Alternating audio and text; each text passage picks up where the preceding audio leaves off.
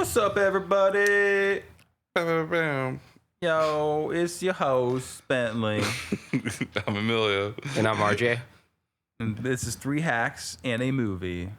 And we just got back from the mecca of movie theaters. Yeah, in Arizona at least. Mm-hmm. Yeah. Mm-hmm. IMAX. For some reason, they give us the 70 millimeter IMAX shit. Yeah. Whenever it comes out. So The only theater that can do it in the whole state too. Mm-hmm. Weirdly enough. What's up with that, actually? yeah, it's either like California or Arizona. There's different the states side that of have the them, but West. like, yeah, we only have one theater in the entire state that can play 70 millimeter. And it kind of sucks, honestly. Not 70 millimeter, just the fact that there's only one place where you can do it At at. least we have it though. Yeah, that's Like true. New Mexico probably doesn't fucking have one. Yeah, watch them have like Yes. 2. We're like, what the fuck, man? Like Arizona only has 1. Yeah. Yeah. But yeah, we drove 30 minutes and We went across the desert and through the Great Plains and rigorous mountains to under watch the this. tumultuous sun. Yeah, to watch this film.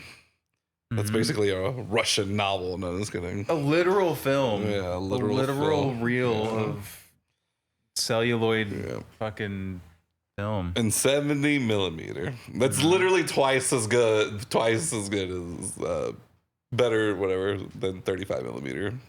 And that's just math, guys. Bro, it was like $20 a ticket for this shit.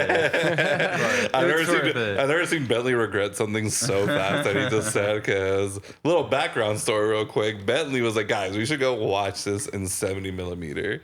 And we're like, okay. He's like, I'll pay for the ticket. We're like, we didn't even say anything. We're like, okay, sure, whatever.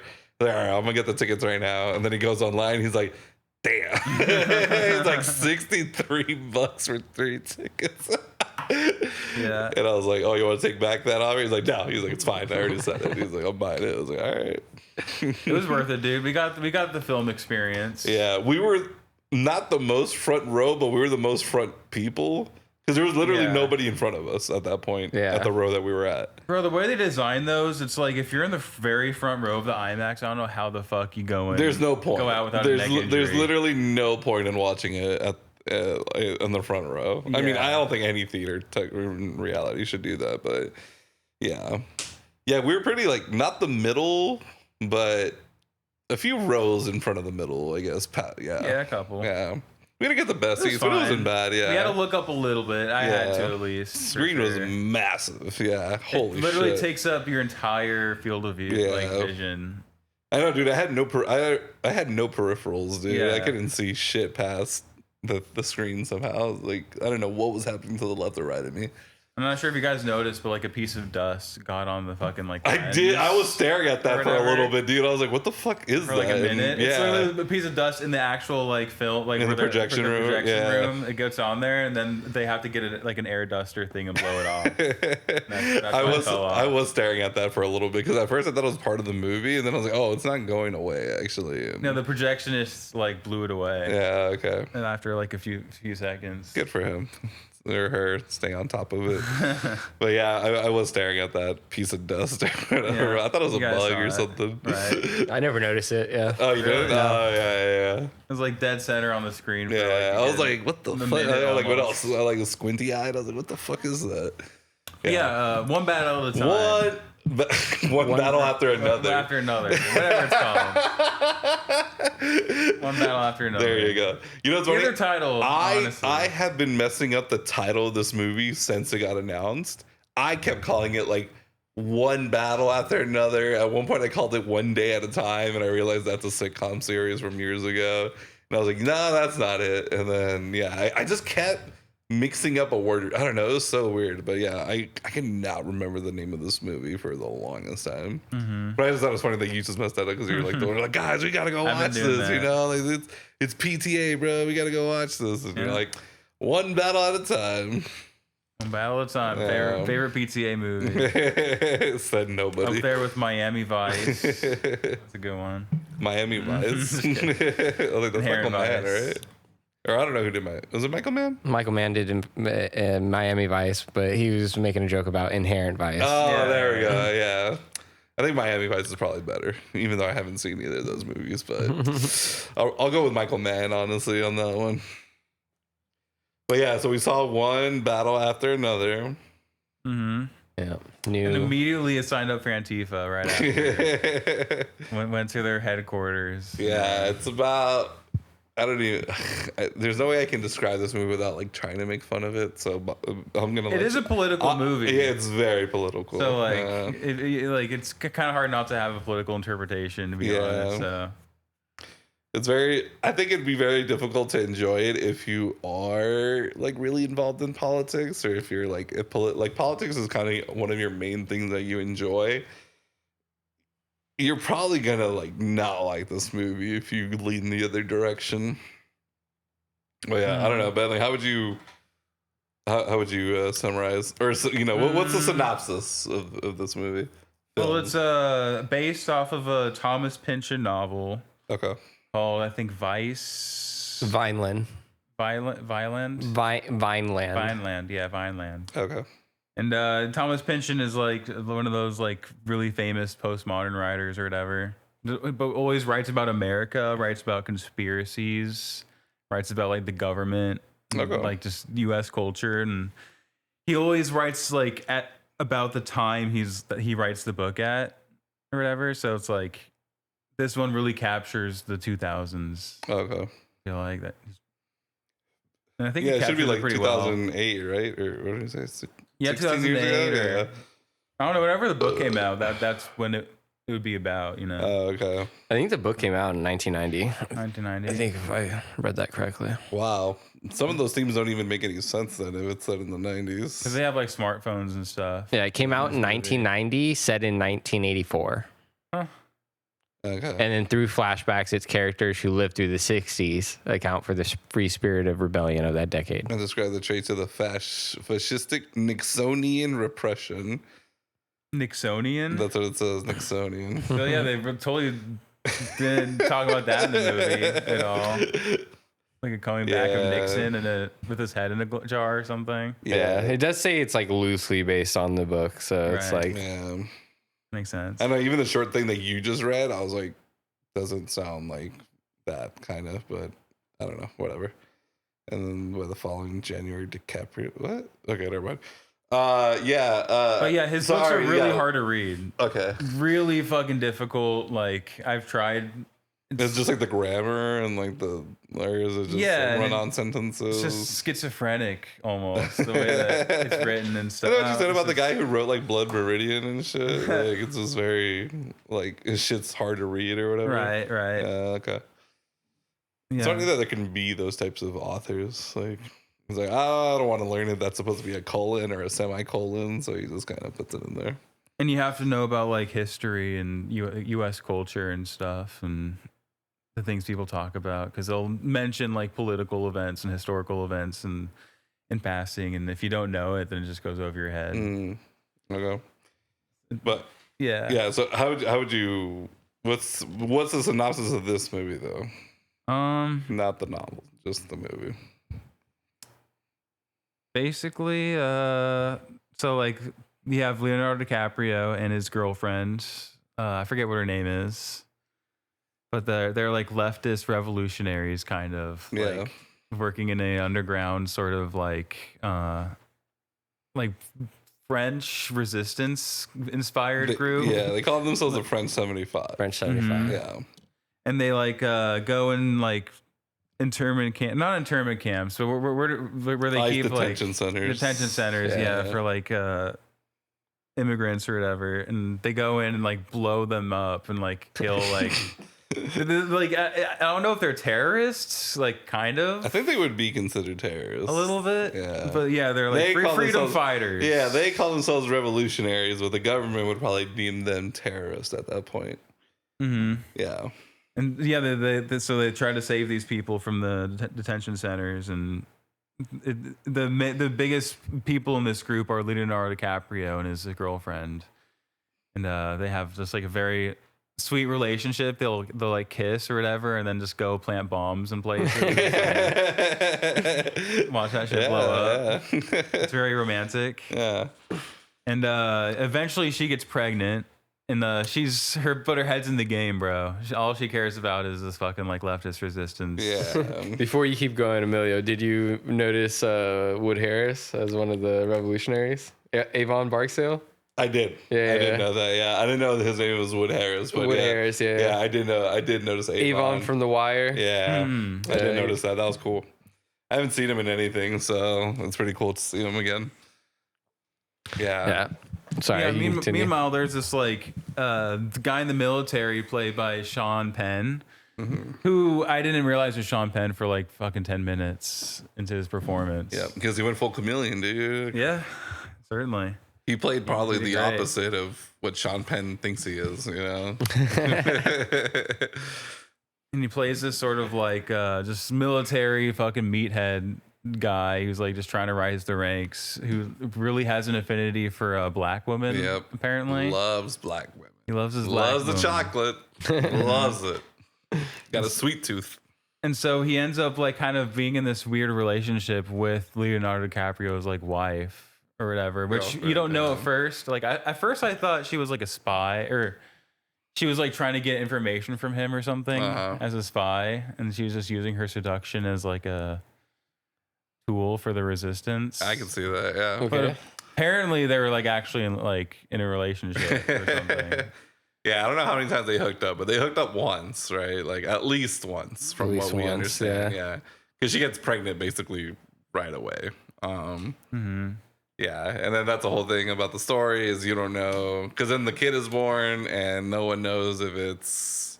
I mean, Leo doesn't even know if it's not his. Basically, you know, he very much acts like he really believes that she's his. So. But yeah, then very few people actually know the truth, but no one knows if it's Leo's or if it's Sean Penn's. And yeah, I don't even remember his real name.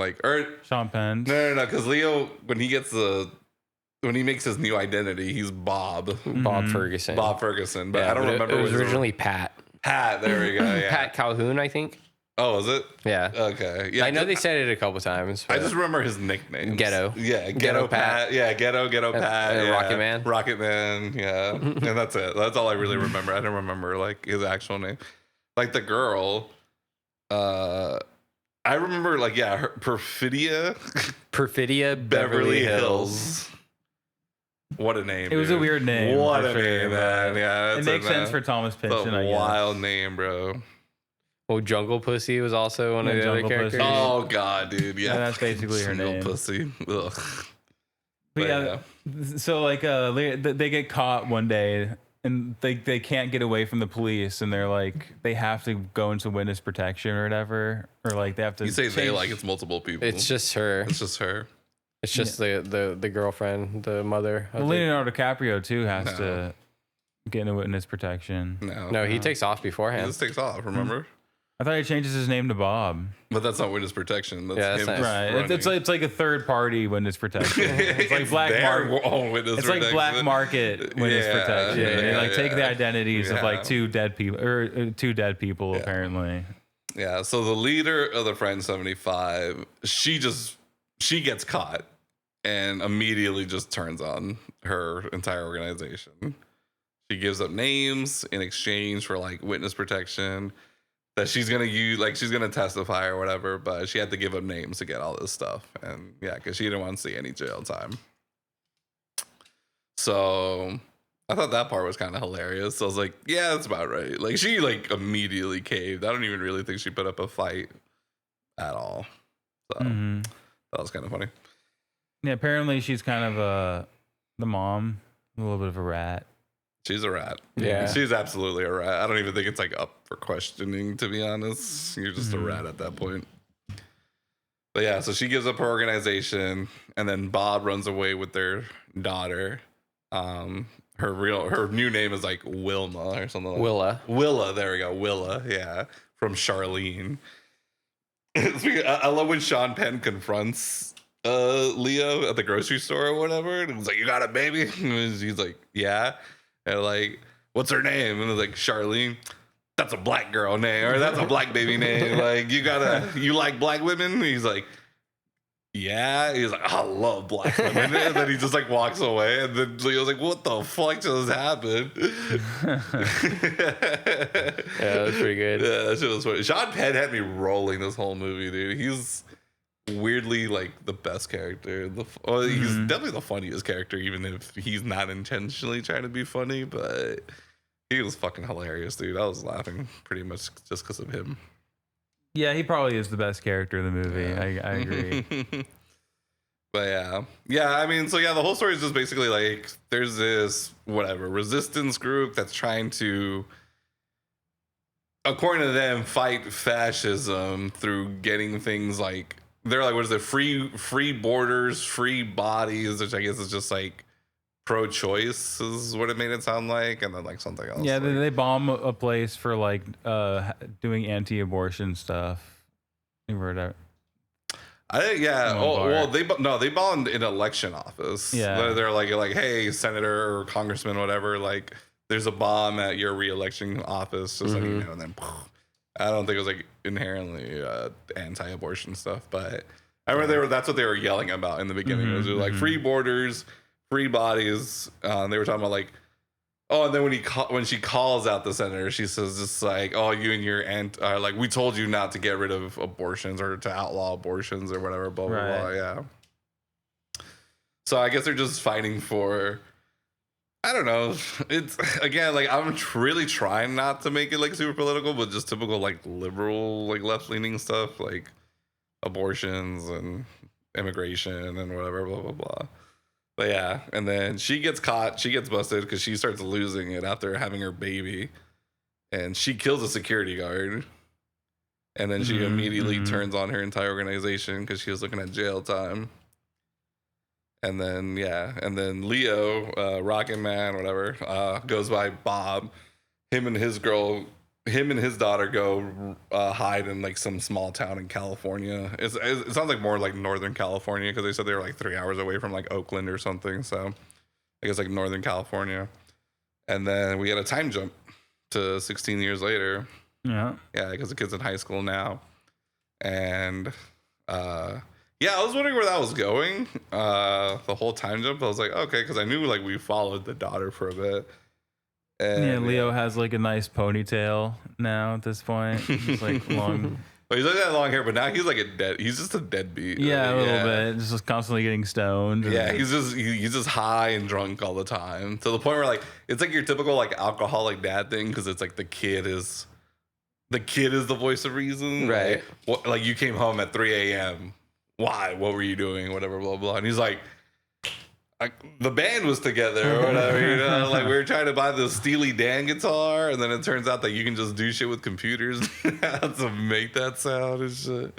Yeah, but she's very much like pretty like self-sufficient, I guess. Like she doesn't really rely on her dad for anything because he's just an abuser and a drug abuser, alcohol abuser.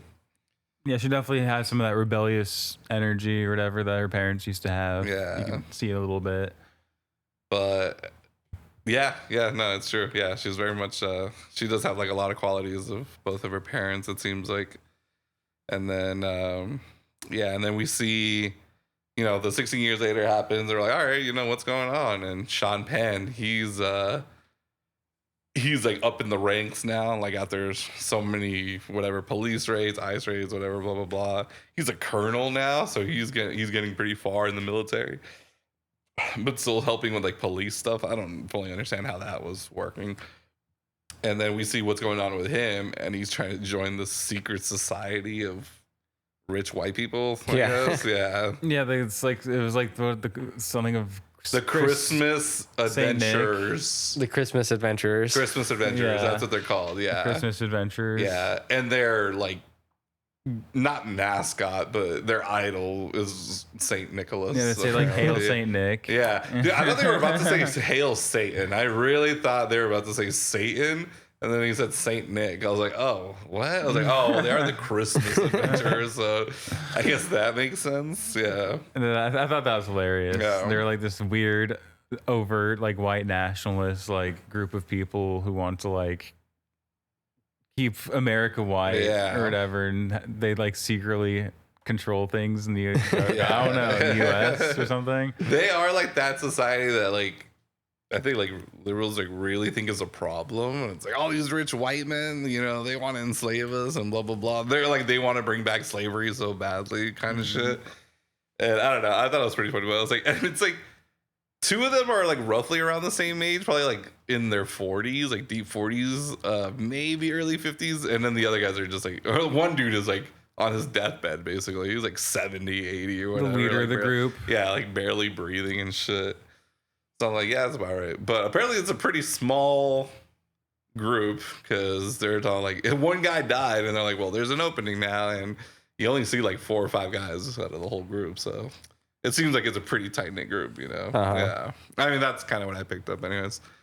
Yeah. So he's up, you know, Sean Penn's character, Lockjaw. I forget his first name. I just remember Steven?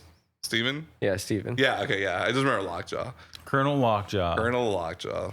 Great name, by the way. That's pretty cool. Yeah, it was a pretty great name. Yeah, so he's trying to join, and you know they ask him questions. They're like, "Hey, you know what we do? Blah blah blah. So you're gonna go through some tests, and we're gonna look at you. But there's kind of things we know, like, have you ever been with a black woman or something, or have you ever been with a black person, something like that, and just all these kind of interracial questions, basically." And he's like, "I've never," and it's like, "All right." And then he's like, fuck. He's like, I might have a black daughter somewhere out there. Yeah. So then that's like his whole like mission is like trying to find her to find out if it's really his, and because that's like maybe the only get rid thing of the that, evidence. Yeah. So that nobody ever, the Christmas club doesn't find out. Yeah. Because that's like the only thing that would stop him from joining, basically, is if they find out that, yeah, he has a black daughter. He has an affinity for black women. Yeah. And so. Yeah, so that's kind of his whole mission is he's trying to find her so he can DNA test her and find out if it's really his daughter. And then, but their mission, Bob and Willa, right? Yeah. Yeah, Bob and Willa, they're just trying to basically escape the whole time because they hear that they're coming into their little town or whatever, and they're trying to go into hiding, but they get separated. And yeah, Bob is just kind of hilarious because he's like, just burned every last brain cell of his and doesn't remember anything about how to be a revolutionary anymore or whatever. Yeah, he's just smoking pot all day around the house, and like when he like tries to find his daughter, he has to call this weird leftist like hotline that exists to help out the revolutionaries. Yeah. And he can't remember the passwords at all. Yeah. Like he just totally forgot them. Yeah, it's something about the sun. He's like, oh, right. The sun rises in the west, right? Like, yeah, like he's asking the hotline person like for confirmation. And then she's like, oh, come on, dude. And then he's like, look, man, it's been 16 years like since I've had to do these codes. He's like, and I'm like fried by every brain cell or whatever. And then I love when he's like, she hangs up on him, and then he's like, I'm paranoid. He's like starts freaking out already. He's like, fuck. He's like, oh my God, I feel so paranoid right now. Rightfully so, honestly. Yeah. I love his like old school cell phone that he used that's like untraceable or whatever, because it's like the Wall Street phone. It's like it's like fucking like it's like 2 feet long and fucking like probably weighs like 10-15 pounds. It looks like it was already 15 years old before the time jump. Yeah, dude. Right? Yeah, right. It's like the first cell phone, basically. If you ever see what that looks like.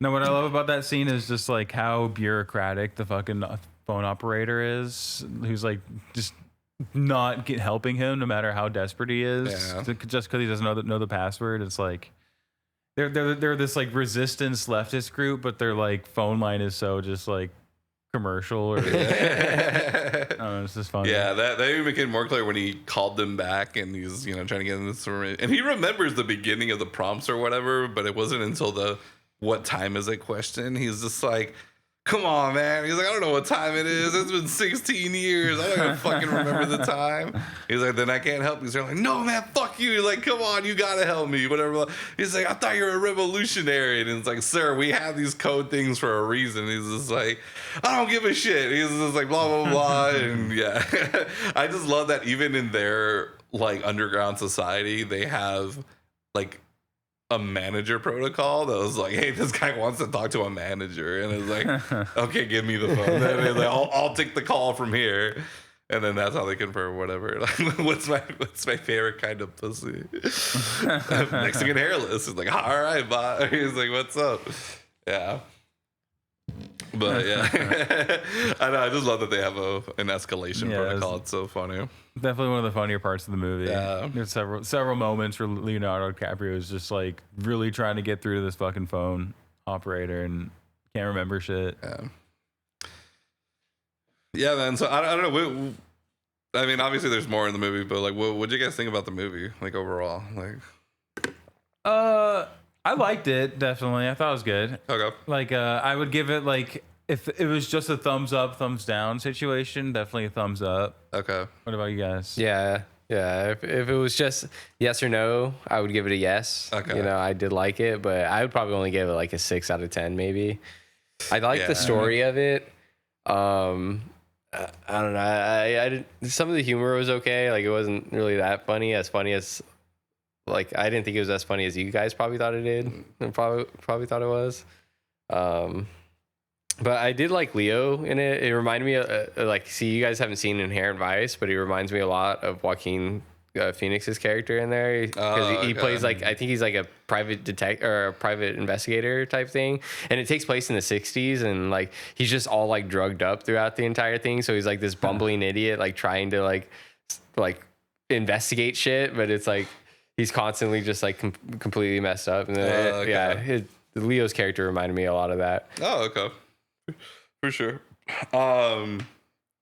Yeah, see, that's why I don't really like to use like the thumb up, thumb down system, because it's, for me, I'd be like, if those are my only options, I'd probably give it a thumbs up, but I would give it like a huge asterisk where I'm like, I'm barely lifting my thumb. Like, my thumb is not like at a 45-degree angle or whatever. It's like, still it is up not there. horizontal. It's still up. Yeah, dude, it's like 5% above like whatever, the like almost like the horizon, like the fucking equator of that. Yeah, because that's why I like a number system more. And again, like, I always famously change my fucking rating like a week later. But yeah, dude, like, if you ask me now, like, oh, what would you give it? It's probably like a 6 to 6.5, honestly. Like, at best, like a 6.5, I think. And I'm gonna be honest, like, maybe it is. I just thought it was a little too preachy sometimes with like the politics of it. Just because that shit kind of annoys me. Like, I think there's a way to get your message across without being annoying about it, and I think they were just kind of annoying about it. Do you think it was preachy, or do you think they're just showing like a side of America, like Americans who actually do exist? You know? No, they do. They have do like exist, a but they're non-binary annoying. Is kind of like my point. Yeah. Like, they have like a non-binary person in this movie. I thought that part just felt so shoehorned in. You think so? Like, I was like, that has like literally nothing to do with anything. And I guess sometimes they'll do that just because it has nothing to do with anything. But it's like, but it is realistic to the times, I guess. Kind of, yeah. I mean, it is still California, but it's like a small town in California. And I don't really think small towns in California are like that. But maybe, I don't know. But the fact that they had to like address it, we're like, oh, who's that? Like, is that a he, a she, a they, or whatever? And it's like, oh, dad, he's not, or no, he didn't say he's non-binary. Like, because also had a weird name. I forgot. The other one had a weird name too. The other, like, just the short Hispanic kid, whatever. I think it was like Bluto or whatever. Yeah, Bluto. Yeah, which is like Popeye's like nemesis. Yeah. It's Bluto. Yeah, I thought it was from like Animal House. Yeah, John like, Belushi. Belushi's character in Animal House. Yeah, right. But I was like, I'm sure it's just a nickname. But then when it came to the non-binary person, I'm like, oh, that's actually probably like the name that they go by, because I remember it was a weird name. But yeah, like, oh, it's they, them. Like, dad, it's not that hard to remember or whatever. And he's like, well, I'm sorry. I'm just trying to be polite. But yeah, he was like a super dick to like the kid who answered the door, but not like anybody else or whatever. I don't know. But yeah, it just felt so shoehorned in. And I was like, okay. I was like, I don't know what that has to do with anything, but okay. Yeah. Oh, I don't think it was like, I didn't think it was super preachy or anything. I didn't think that part was preachy. Yeah. I just thought I was like unnecessary, I guess. But the overall like politics of the movie is just kind of annoying. Like it's preachy, but I understand like that's kind of the point, I guess. And it even kind of makes fun of them where they think they're these revolutionaries, and at the same time they're all like a bunch of cowards at the same time too. Like, Yeah. I think it kind of made it clear when the bank robbery scene goes wrong, and you see Jungle Pussy, whatever, like give her a little monologue, and then she's like, "Oh, see, this is power. Like I'm showing my face. I'm doing this. Nah, nah, nah." And then the gunshot goes off, and she goes quiet, and she realized all of this has become real now and has gone to shit.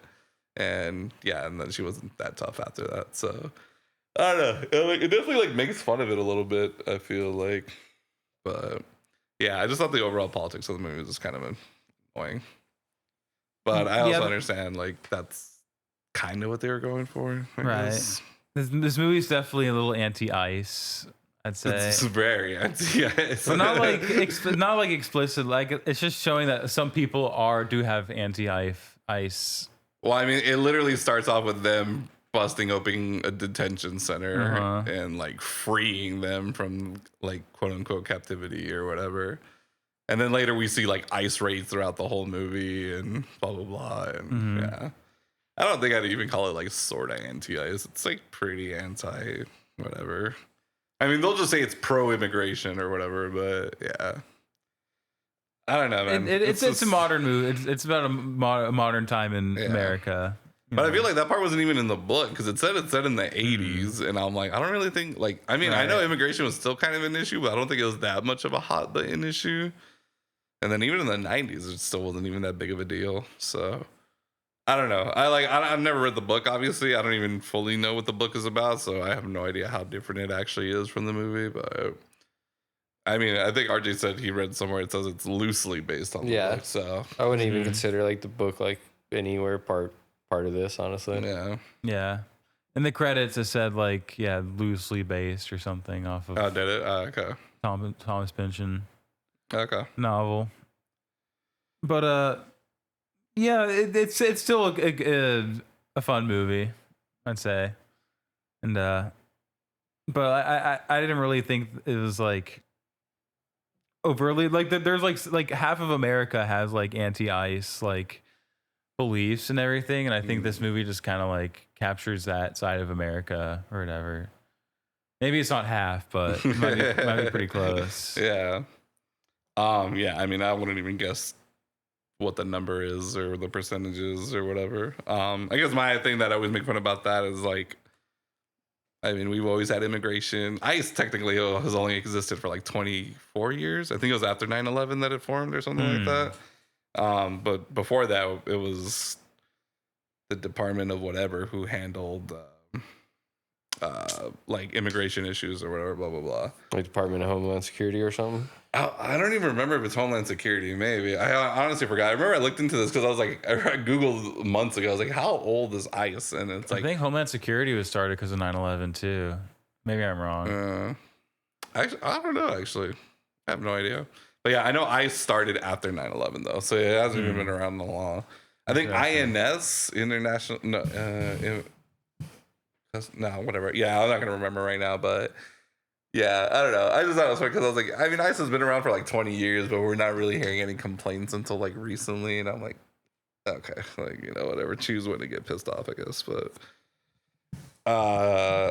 But the movie, I don't know, man. Like, I thought the story overall was pretty interesting. Like something about this revolutionary has sex with like basically her mortal enemy.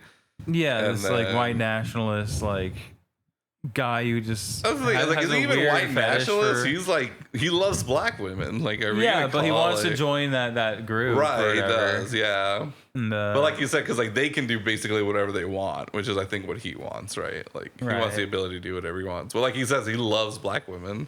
Yeah, it could be that he's just like trying to please these guys in the secret society. Yeah, I mean he's pretty fucked up. He's like literally willing to kill his kid to join this fucking group. So yeah. But I mean, I don't. Yeah, he wants to join a very clear like white nationalist group, but he himself isn't even. He's obviously white and a nationalist, but not really a white nationalist because he never really wants to be like, I just want a white America. He's like, he loves black women. Like, if it wasn't for this group, he would have been like probably pretty happy to raise this like half black kid, you know? But yeah, so I don't know. I was like, he's like white comma nationalist, not like white nationalist. But yeah, I don't know. I mean, obviously he's still pretty fucked in the head overall, though. If he's like willing to do all that just to join this fucking group. Yeah, but even they're like, I mean, obviously they're supposed to be like uber white nationalists, but I love how they own some like illegal chicken operations or whatever. He's like, yeah, he called about over these raids and he wants his wetbacks back or whatever, you know? And it's like, oh, yeah, okay, so that sounds about right, honestly. They'll be like, I don't want Mexicans. They're like, but if they're working in my factories or in my fucking chicken processing plants, then, you know, leave them alone. That's definitely real, but yeah. Yeah. But yeah, I don't know, man. It's I haven't seen a lot of Paul Thomas Anderson movies either to like really compare his work. Because like I said, I've only seen The Master, and even that I don't remember the ending completely. I saw There Will Be Blood, but I kind of forgot a lot about that movie too because it's been such a long time. The one I remember super clearly is Boogie Nights.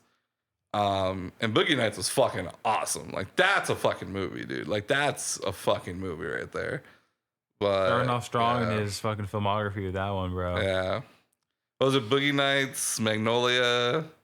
His first one, Hard Eight, is Hard really Eight. good. There we It's go. really good, but that Okay. one's not talked about like at all. Which is okay. That's weird. Yeah. Yeah, and then Boogie Nights was really good. There's Magnolia, which I haven't seen. Yeah, gotta watch that. And then Punch Drunk Love. Punch Drunk Love. There we go. Which is phenomenal. Yeah. That was a great movie.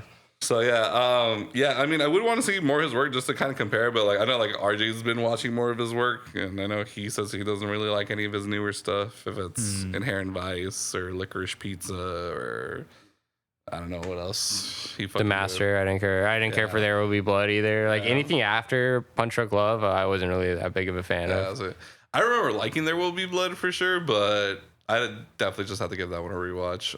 But yeah, I haven't seen Inherent Vice or Licorice Pizza or whatever, so I don't know how to like really compare his movies overall. But from the 3 that I have or 4 that I have seen, this is probably like my least favorite, honestly, or next to The Master probably, because I don't remember really that one being my favorite. But I think it's also really difficult to top Boogie Nights in general because that movie was just straight up entertaining from beginning to end. Yeah, Boogie Nights might be his best. That and There Will Be Blood. Yeah. So I feel like a lot of people would say that, right? It's like There Will Be Blood probably is typically what people would say is his best, you know? Because you got Daniel Day-Lewis winning an Oscar and all these Oscars, whatever, blah, blah, blah. Yeah. I've heard a lot of people like love The Master, which I've never seen, but I hear that one get talked about a lot. Yeah. Well, Well, yeah, they always talk about Philip idea what Seymour. it's about. They always talk about Philip Seymour Hoffman in that movie. Mhm. Yeah, he's just this very like charismatic and enigmatic character. Yeah.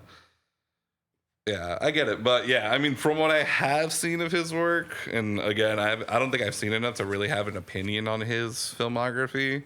But from what I have seen, yeah, this has probably been my least favorite thing that I've seen. But yeah, but I like I still love Leo in those. Like RJ said, like I thought his character was fucking funny, and I think like kind of also always reminds me like Leo can be really funny, but he probably shouldn't ever be in a straight up comedy. But he can be comedic in like serious movies, and that's kind of great. That's like one of the great things about him, honestly. His he can physical be really acting funny, yeah. can be really good. Like there's a part where he's trying to evade the police and he's just belly crawling like in a dojo. Oh yeah, that was whatever. hilarious. Yeah, Benicio del Toro's just staring at him like, "What are you doing?" Like he's just crawling. Yeah, or when he falls off the building, or like. Right. I still think that should have killed him, honestly. He felt like 3 floors, dude.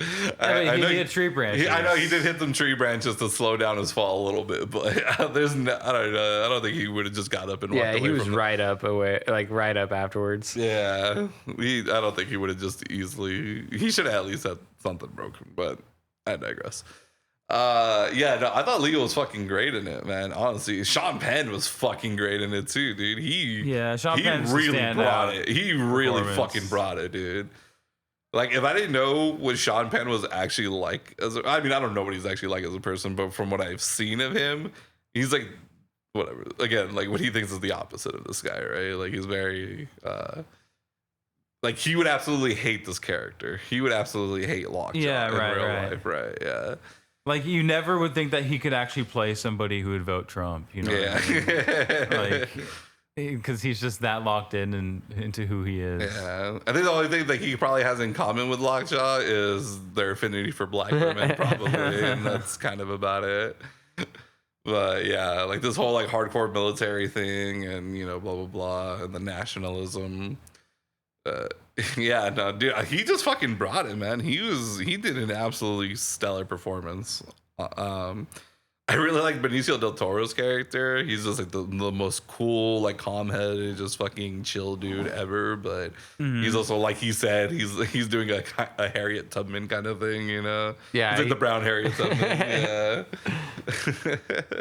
But yeah, a lot of great characters, man. Like I enjoyed these characters. I didn't really care for the daughter just because like I feel like I didn't get to see enough weirdly to really have an opinion on her. It's just, you know.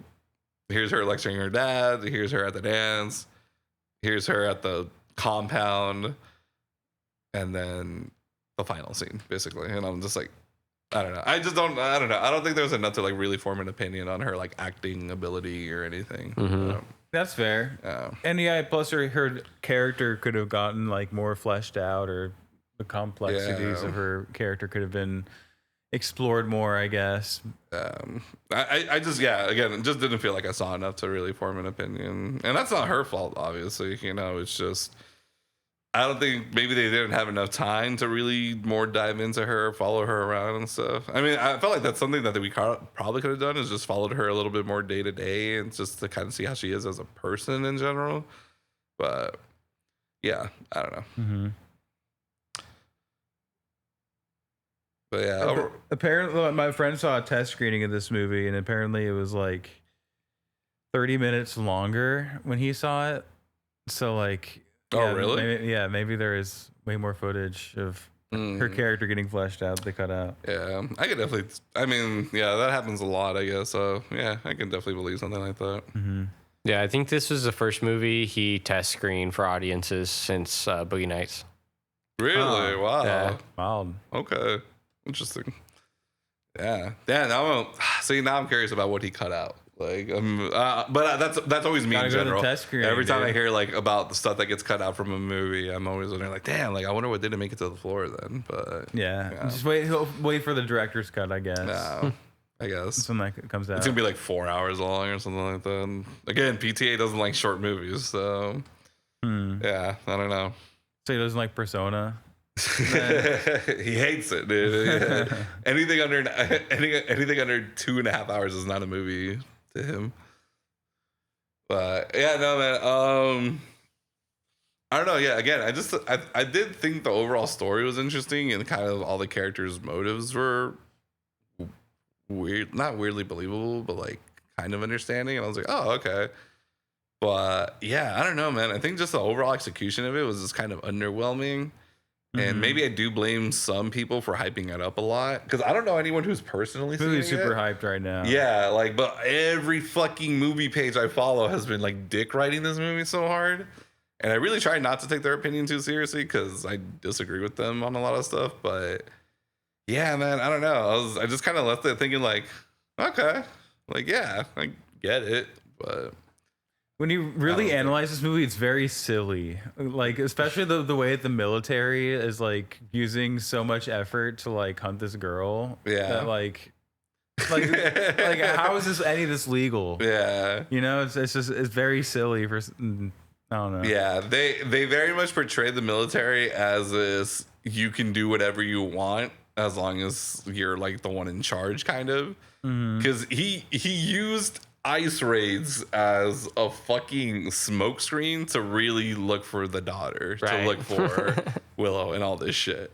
Like he was doing like shit like that, like basically the whole fucking movie. And then yeah, like he was straight up murdering people, like when they were like busting whatever the rest of the revolution, and then that lady in the convenience store like tries to sneak out the back.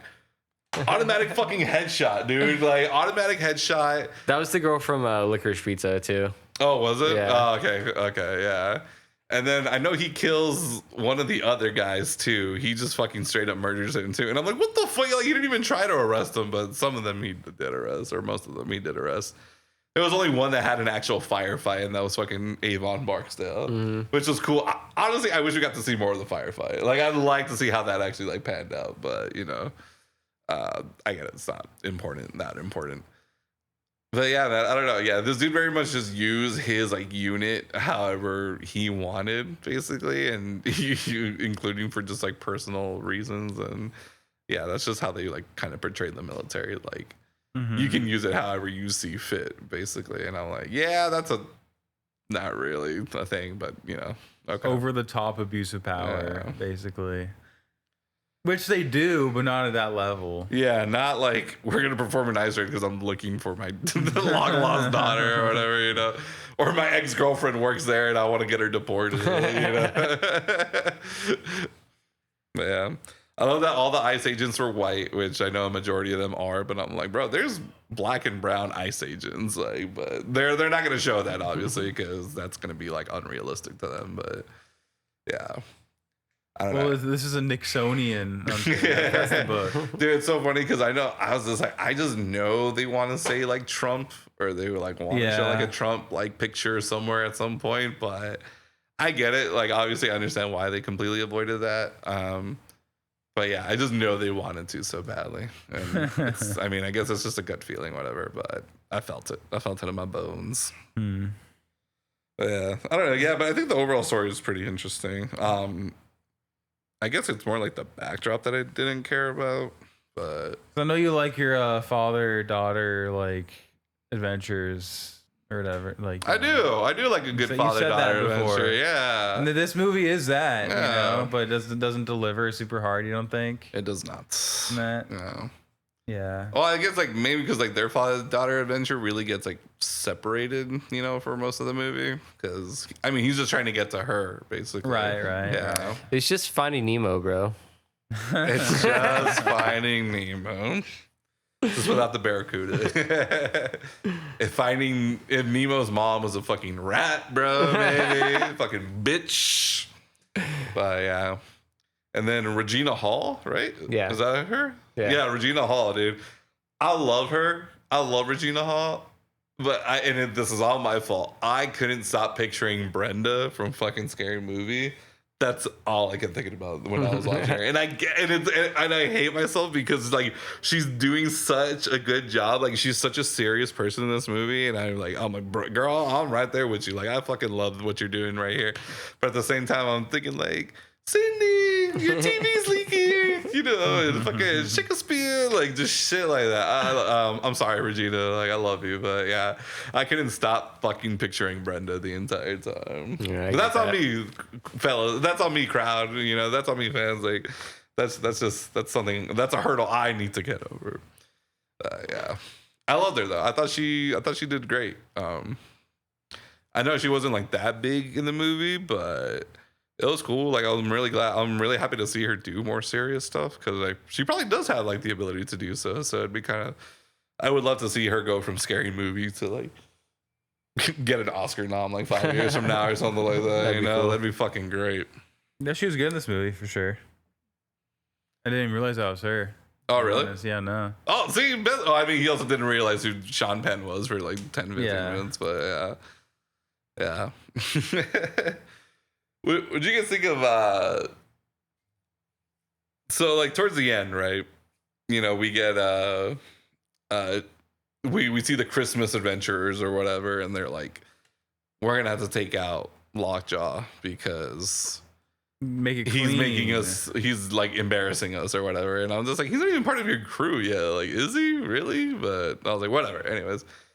They're like, yeah, make it clean or whatever. Like, we should be able to eat off the floor and whatever. Like, blah, blah, blah. I remember that's the line that the old guy said. Yeah. Heavily implying to kill him. Yeah.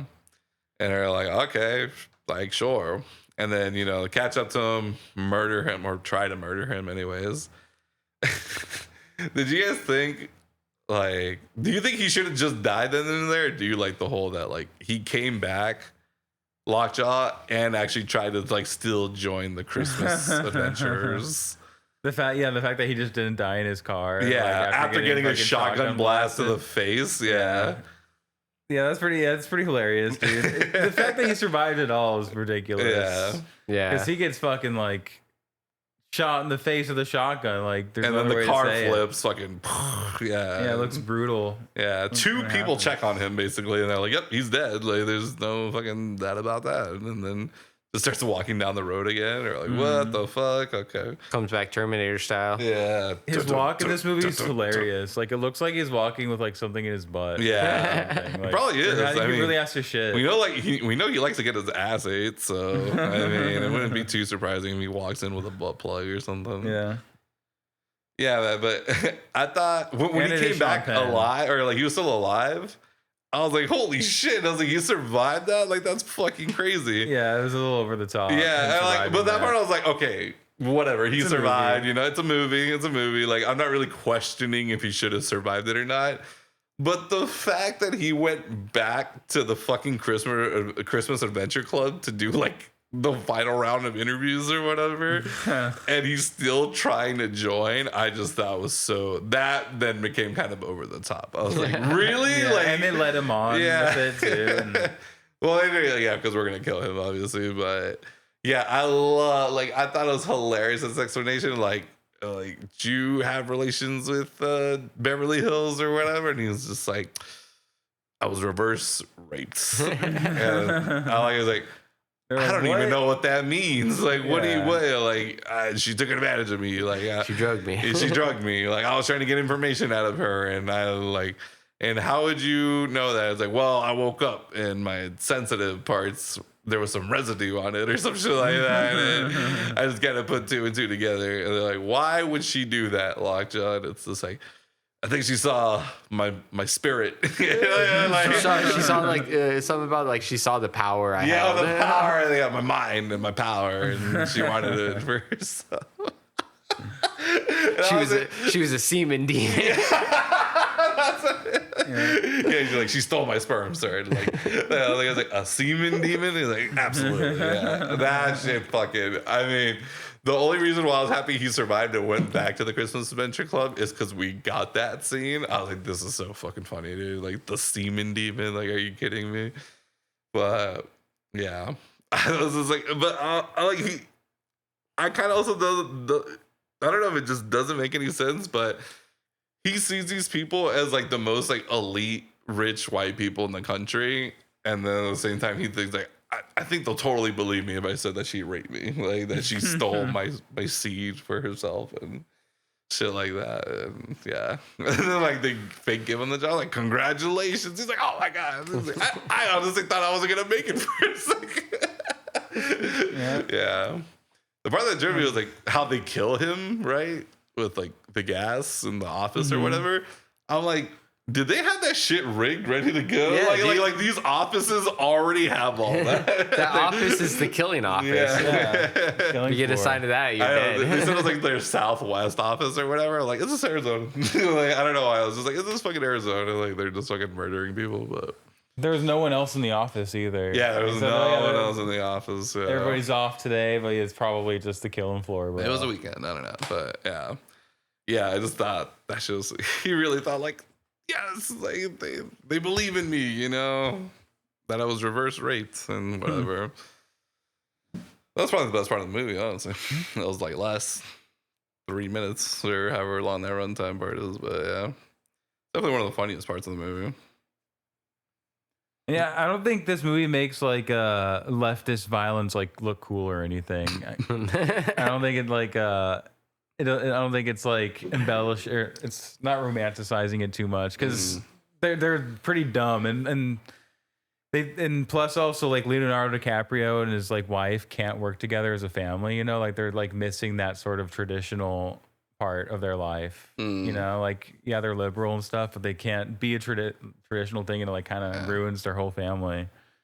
I really thought she would have just, I think realistically her character would have had an abortion just for the shits and gigs of it. Like, it's like she's so like pro-abortion, but then she's like willing to have possibly the enemy's baby. I was like, okay, but I mean, she is a rat, so I don't know.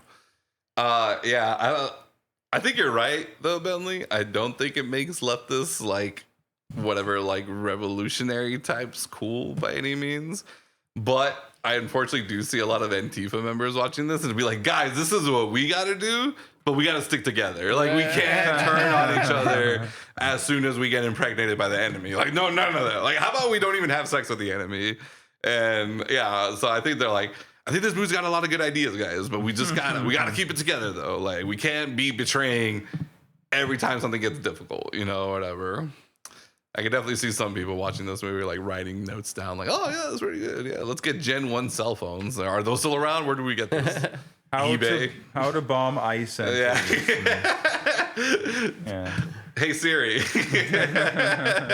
what wires do I connect so I don't blow myself up right now? How do I shoot into an ice truck and not accidentally shoot the immigrants? How do I start my own underground railroad network? But yeah, fucking Benicio del Toro, dude. I wish he was in the movie more, honestly. Like, that dude was clearly a family man, obviously, and he was his own, like, kind of like revolutionary type or whatever. Yeah, dude. In reality, he's just a fucking coyote, or he's just like a human trafficker, if you think about it. But yeah, I just think it's so funny that he's like a karate sensei. Right. Like, I'm referring to like sensei. Like, you know, but he did all the traditions. He's still bound at the mat, you know, right before he left and everything. But I love that this dude is just like cracking modelos and driving at the same time while trying to be incognito at the same time. Like classic fucking just like Mexican dudes, honestly. Mexican American. But yeah. This movie does romanticize drinking and driving. I will say that. It's pretty cool. But like lightly drinking and driving. You know what this movie doesn't romanticize, and it's a damn shame? Smoking cigarettes, dude. Yeah, there's no cigarette smoking. Yeah, a lot of vapes. Yeah. Well, it's mostly Leo, but yeah. But I know he's a huge vapor now too, so that's pretty on brand for him. Well, I guess it's on point with the times. The vape, you know.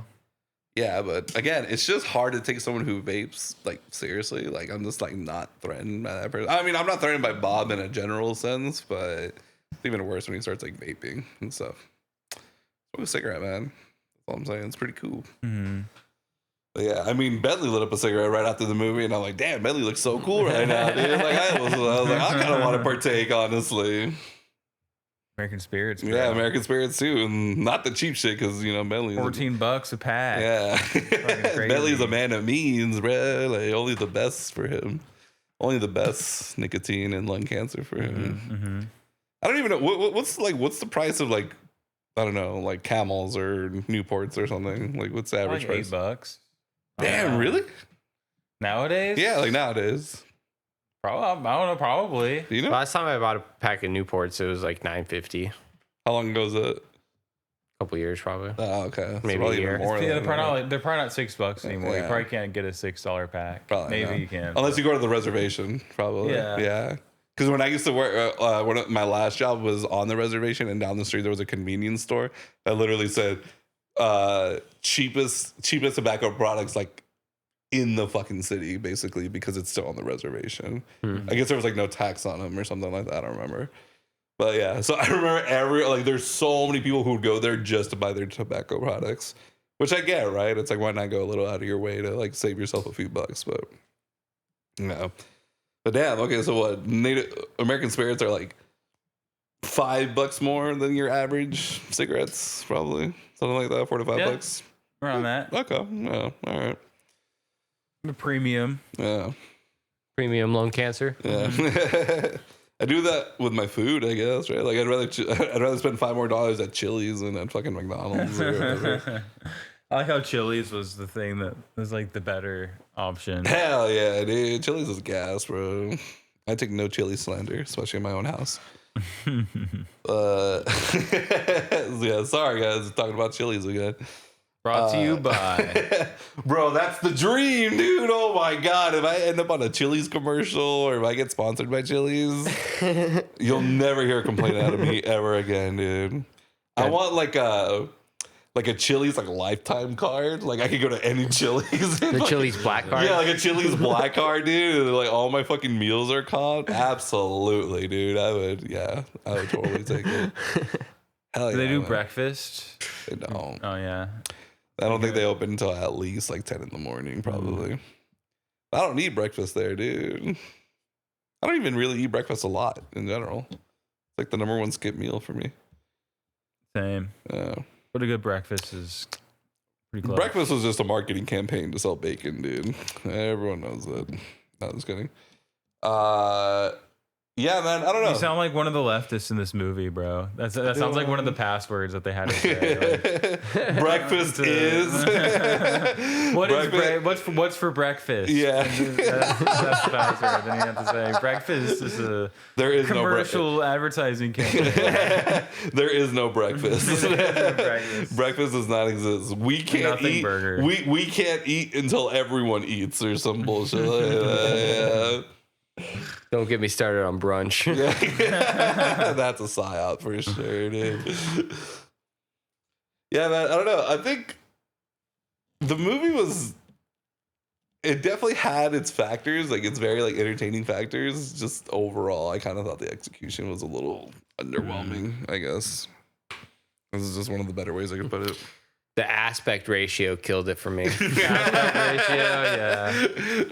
Yeah, I wish I 4 watched by it. 3. I wish I whatever watched the it fuck. digitally and at home. Yeah, with an LED bulb. Yeah, yeah, 75 millimeter. I can only assume it's 70 millimeter. or 70 millimeter. Yeah. Sorry, yeah, twice the ratio, like a 35 millimeter or whatever. Mm-hmm. But yeah, no, it was cool. That screen was wild, dude. I thought I've seen some big fucking screens in my life, and I'm like, holy shit, IMAX is the man. biggest, Yeah. bro. Besides, I guess the Sphere is probably actually the Sphere, biggest yeah. screen, but yeah. But yeah, it really takes up your entire peripheral vision. So like, I feel like when you make an IMAX movie, you literally have to like make sure there's not too much going on the sides of the movies, or else you're literally not gonna be able to see it. Yeah. Because there was a few points where I had to like physically turn my head left and right, yeah, to like look at what's going on. I can see that's why so many people are like, yeah. It was funny when we were looking at the map to like pick the seats or whatever. There's just this giant cluster in the middle missing, and I'm like, yeah, that's about right, I guess. And then now that I've seen the screen for myself, I'm like, oh yeah, okay. I can definitely see why people are like, yeah, I'm immediately just buying the top seats or whatever. Yeah, definitely. I get it. Yeah, if you ever do IMAX, try to get like near the back, Yeah, in the middle. It's fucking massive, dude. That shit was crazy. Again, I've never been like the most front row at a movie theater. Like we weren't at the most front row, but we were at the most front row of people. Like no one was ahead of us because the screen was just so fucking massive. I feel like I'm developing a headache right now that I think about it, but It's crazy that they still do that. They just don't like, I don't know, move them higher somehow. Like they haven't figured out the technology. they would have to build like a specific theater room for it, I guess, in reality. Mm-hmm. Yeah, which I mean they're just not gonna do, but yeah, something like that, you need to be several hundred feet away or whatever. I would just at least not sell tickets to the first 8 rows or whatever, how many it was. Yeah, There was a point where there was like a subtitle on the very top of the fucking screen, and I feel like I had to like put in some fucking work to like move my head to read it. Damn. Okay. Yeah, it wasn't that bad for me, but yeah, it was very much. I didn't know what was happening peripherally. Yeah, it's pretty nuts. Definitely, I think it's worth trying though, for sure. Like I get it. Like I want to watch the Odyssey in 70 millimeter, 35, whatever they're shooting it in, but those tickets sold out super fucking fast. But I It's also crazy like how- if Arizona just got another fucking screen that can do it too, because what the fuck, man? Like there's so many people here. We're like the 5th most populous city in the fucking country, and we have one IMAX screen. Like, are you shitting me? But I digress. It's crazy, like with the Odyssey, like 70 millimeter, like it's all digital though, isn't it? Like how are they just putting the digital cut onto like the 70 millimeter? You know, because I don't know. I mean, I really don't. I kind of, well, I don't know how it would work exactly, but I would think the scenes that aren't digitally done, like obviously like him being lost in the ocean or whatever, like that's all digital or whatever. But I'm sure a lot of it he's still doing on film. But yeah, I don't know how that works, man. I kind of thought you'd explain it to me because you know. Okay. I don't know how that's working. Yeah. And plus, yeah, the fact that it's they pre-sold tickets this far in advance. Yeah. Have they ever done that for a movie before? That's what is it, like 6 months? You know 7 what? months? There's been, I know, like Avengers, like Endgame and Infinity Wars. I think you could have bought those tickets like 6 to 9 months in advance, or I want to say like about 6 months in advance. It was a long time. I bought these tickets like 3 days in advance. And, there's plenty to go around. Yeah. Well, kind of. Nah, yeah. Well, seat wise, like not worth ones. Right. Yeah. I mean, yeah. There's only very few seats that are worth like watching that movie. And oh man, yeah. I don't know. I would like. Yeah. I always want to watch those movies, or you know, with that film type, but it's just they just sell out so fast. And I actually don't really like being in crowded theaters that much. Like I try to go when no one's there typically. This is like the first time that I've had to sit to someone directly next to me, like left and right, and I'm like, I was like, come on, bro. Like, Yeah, it's not gonna happen. Like, you can just give me that one seat, like that one buffer zone. But Yeah. I was like, damn, dude, fuck. Okay. Gotta follow the rules. Yeah. Sit in your seat. Although that, it was just like, dude, just put that seat between us, bro. It's fine. It's not gonna make that much of a difference if you're just that one seat over. But like viewing wise, I mean, That's like 1 degree difference, bro. That 1 degree of like angle that you're viewing from. he might have even got a better angle. difference. Honestly, he could have even got a better angle. Who knows? Yeah, I don't know, man. It was cool. We didn't get to see it in this division or something, or whatever. Yeah. There's 2 different versions. One is the 35 millimeter Vistavision. Okay. And this one we watched the 70 millimeters. With no Vistavision. No Vista, no, yeah, just there is no- regular vision. Yeah, regular vision. Whatever like, humans seeing, yeah. Apparently 70 millimeter is better looking anyways because it's a bigger image, so more And resolution. bigger is better, guys. Everyone Exactly. knows that, especially with movies. Mm-hmm. Yep, totally. Yeah. But yeah, this movie was good. I don't know. I don't really know what to say about it too much, honestly. Yeah. It's just, It was cool. yeah. Would I buy a physical copy of it? Probably not. Yeah. It's kind of what I would have to put it in my own rating system, where it's like, would I pre-order this? Would I get a steelbook version of this? Would I pay full price for it? Would I get it on sale? And I'm kind of like, maybe if it was on sale. Like, maybe if it was really cheap one day on sale. But yeah, man, I don't know. And again, my fucking rating is like a week later, I might think about this movie more. And I'm like, hey, you know what? I kind of did like this and that and blah, blah, blah. And it can change, you know? But as of now, I thought it was pretty underwhelming. I think maybe I just think people are dick riding it a little too hard, and I'm just not that. Like, I still would rather go see The Smashing Machine right now than fucking this movie. That Which movie's I'm not probably gonna doing watch great in the box tomorrow. office right now. It just came out. Yeah. Yeah. Like, I don't even think we have real numbers because it's not until the Right. weekend's over. But True. yeah, I don't know. I'm excited for The Smashing Machine though. Yeah. Yeah. We're gonna watch that tomorrow. You know? Oh yeah, Yeah. Cool. I'm down. All right. Yeah. Sweet. But yeah. I think the funnest part of this movie, looking back on it, is probably Leonardo DiCaprio's acting. Once like shit hits the fan, he kind of like reawakens back into his like old leftist like revolutionary world, like after being just kind of just complacent for 15 years, Uh huh. Yeah. and he just like is a bumbling fucking like high ass mess, and he is not able to like handle it at all. It's pretty hilarious to watch.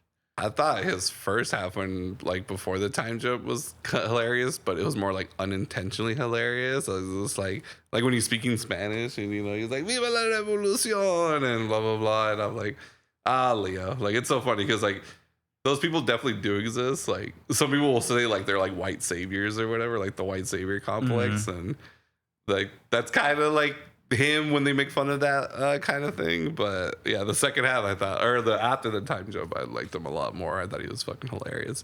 I thought he showed a lot more of his physical humor which is cool because I feel like I know he can be like a physical character, but I don't think that's really like what he's known for at this point. So it's kind of cool to see him be more physical in this role. He's sort of like a hippie in a way, like not a hippie from the 60s, but like he's like young. He's like a young leftist revolutionary. Then he just kind of gets lazy and complacent and just smoking weed all day. Yeah. Kind of like has like a kid or whatever. Yeah. So he's sort of a hippie, but like a modern hippie. Yeah, he's just like a burnout, basically. Yeah, he's like a burnout with a kid. Yeah. Made me feel bad for her. I feel like in reality, she should probably be way more fucked up than she. Like, she's like a very normal teenager. Like, she's got her after school activities. She's got her great group of friends. You know, blah, blah, blah. They try to protect her and stuff, which is cool. And then the they them was the one who ended up betraying her. So oh yeah. One of the commentary is there. Yeah.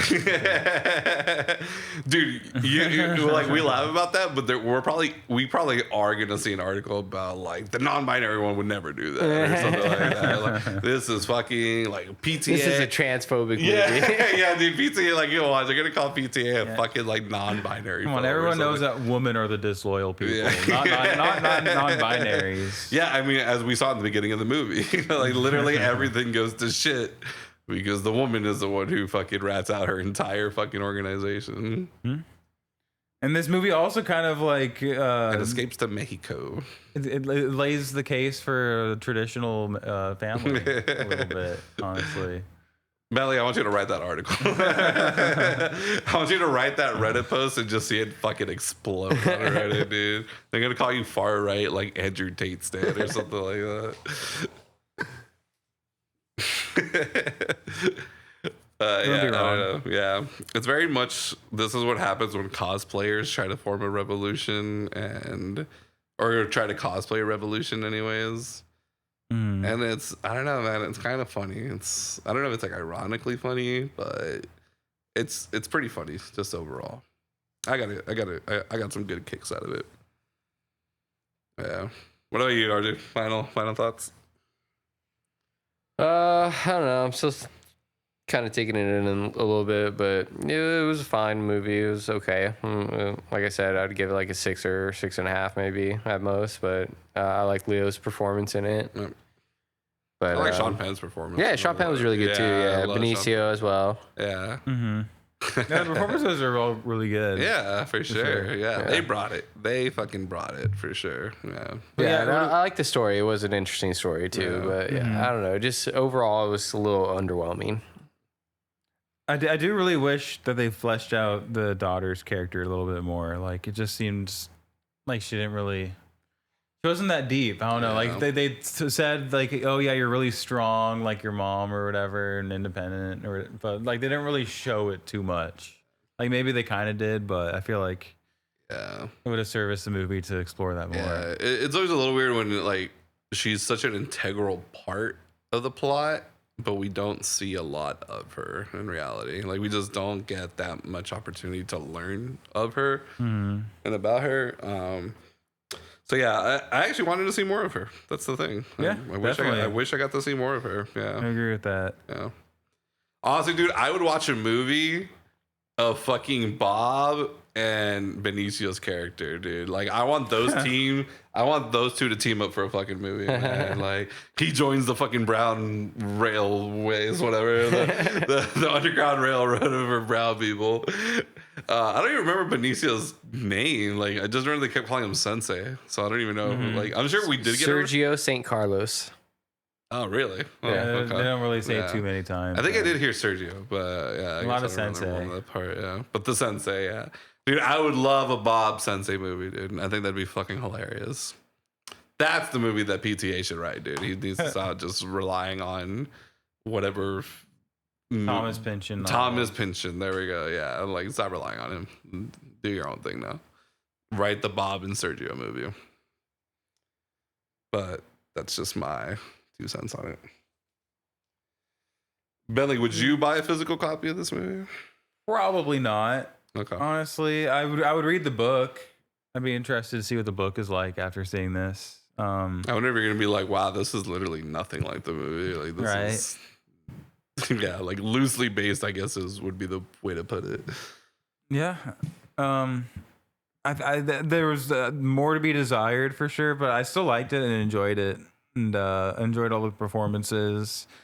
Johnny Greenwood does the music. He's the guitarist for Radiohead, Oh, okay. and he's done a lot of like PTA's music like the last decade or so. And yeah, very loud watching it in IMAX. There's Bro, like a it couple was of gunshots. so loud, dude. Oh my god. Yeah, I did not expect that, I guess, for some reason. In reality, I should have been more prepared for it, but I don't really believe in using the term like overstimulated, but I'm like, oh, I think this is when people would probably use it like appropriately. Like, I'm getting overstimulated right now with all these fucking sounds going off. Like, there's a few to my gunshots that ear. actually made me jump, dude, a little bit. oh, speaking of, I thought it was hilarious when she shoots like the machine gun and she holds it like perfectly still, like the daughter. And I'm like, yeah, that wouldn't happen at all, dude. Like, that's fucking bullshit. Yeah. But yeah, I don't know. I just thought that part was funny because like, yeah, Hollywood gets guns wrong a lot. Funny enough, at this point, They got the sound of the guns right in this movie. it sounded cool. Yeah, for sure. They sounded yeah. accurate. Like, Sounded great. yeah, a lot of times guns can sound like a pop cap going off or something, you know, or Pop caps. yeah. Just a bag, or it's a brown paper bag that you just. Yeah, no, that's cool. But yeah, just when she starts like shooting that thing perfectly, I'm like, yeah, that wouldn't happen. But And one of the more memorable visual things from this movie, also just to point it out, is the car chase at the end, where the guy who works for like the Christmas club or whatever they're called is like, he's chasing the daughter, and then Leonardo DiCaprio is chasing him from the back, and they're like speeding down this like long stretch of desert highway, and they're like going up and down like really wavy like steep terrain. And the camera is like going up and down on this terrain too, and like it's kind of like disorienting, and you only get glimpses of the horizon for like a couple seconds before you go back down in the dip. Yeah, and I thought that was cool. Yeah, that was I mean that's some real shit. Yeah, like if you've ever driven actually through those types of like roads and highways, yeah, it's very much like. It's weird, like, because once you start getting to that low point, you literally can't see what's ahead of you. You can only see, like, the incline. But she uses to her advantage. Yeah. She, like, parks the car, like, right at a blind spot. Which I was like, that's smart. I was like, that's super smart, and it really shows, like, it shows how intelligent she actually can be, especially in a scenario like this. But yeah, that was that's probably the shot I'm gonna be thinking about the most for whatever reason. Watching this movie, the visual. I'm gonna be thinking about that note that she leaves Sean Penn when she left, and she's like, "This pussy doesn't pop. This pussy doesn't pop for you." Oh my god! Speaking of, so I don't know if you guys caught this, but so that note, like, obviously he's reading it or whatever. There was somebody behind to the left of me that started doing that fucking like Gen Z snap thing. They don't clap anymore. They like snap. Yeah. And they're like, yes. And I'm like, like really? Like, when the pop the pussy. Yeah, like this pussy don't pop for you. I was just like, wow. I was like, okay. I was like, she still fucked him like willingly and ate his ass willingly, but whatever. You can never uneat someone's ass, dude. That's like the fucking fifth law of thermodynamics or whatever. But yeah, dude. I just heard someone do that snap thing, and I was like, really? Really? I was like, okay, whatever. Yeah. But yeah, that's it. Yeah, I would recommend a few other of his movies before this one. I might have enjoyed this one more than Magnolia. Oh, you seen Magnolia? Yeah. Oh, okay. It was a slog. Oh, say the best, but yeah, this one's kind of like entertaining, and it doesn't feel like a slog either. It's like 2 hours something. I will say this shit was close to 3 hours, and I don't think it really felt like I don't think it felt dragged out. So that's pretty good. That's good for an almost 3 hour movie. I'll say that. Like I thought the pacing made a lot of sense. So yeah, that was great. Because I mean, not that I think it's extremely difficult to make a 3 hour movie. There's a lot of movies that I like that are around this runtime, but it can happen. It can definitely happen easily, I guess. But yeah, so I thought the pacing was good or great. I mean, yeah, and watch Boogie Nights and There Will Be Blood before this one probably. Like I would still recommend Boogie Nights in almost every aspect over this, honestly. But yeah, definitely. Yeah, you can watch Punch Drunk Love and Hard Eight probably within the same time that you can watch this movie. Oh yeah, probably okay. with, like an extra 20 minutes maybe. Yeah. Damn. Okay. If you would have watched the original test screening of this movie before you cut out like 20-30 minutes of it, I guarantee you could watch like Hard Eight and Punch Drunk Love in that time. Okay. I can see that. Okay. Like those only movies that are under 2 hours. Yeah. Again, he likes a long movie. That's what we know about PTA. Definitely. Yeah. Probably also loves black girls. So I don't know. He probably wrote that about himself. I don't know anything about his that's personal why life. him and Tarantino are such kindred spirit. That shared love. Yeah, I don't see no foot shots in this one, so clearly Tarantino had nothing to do with this movie.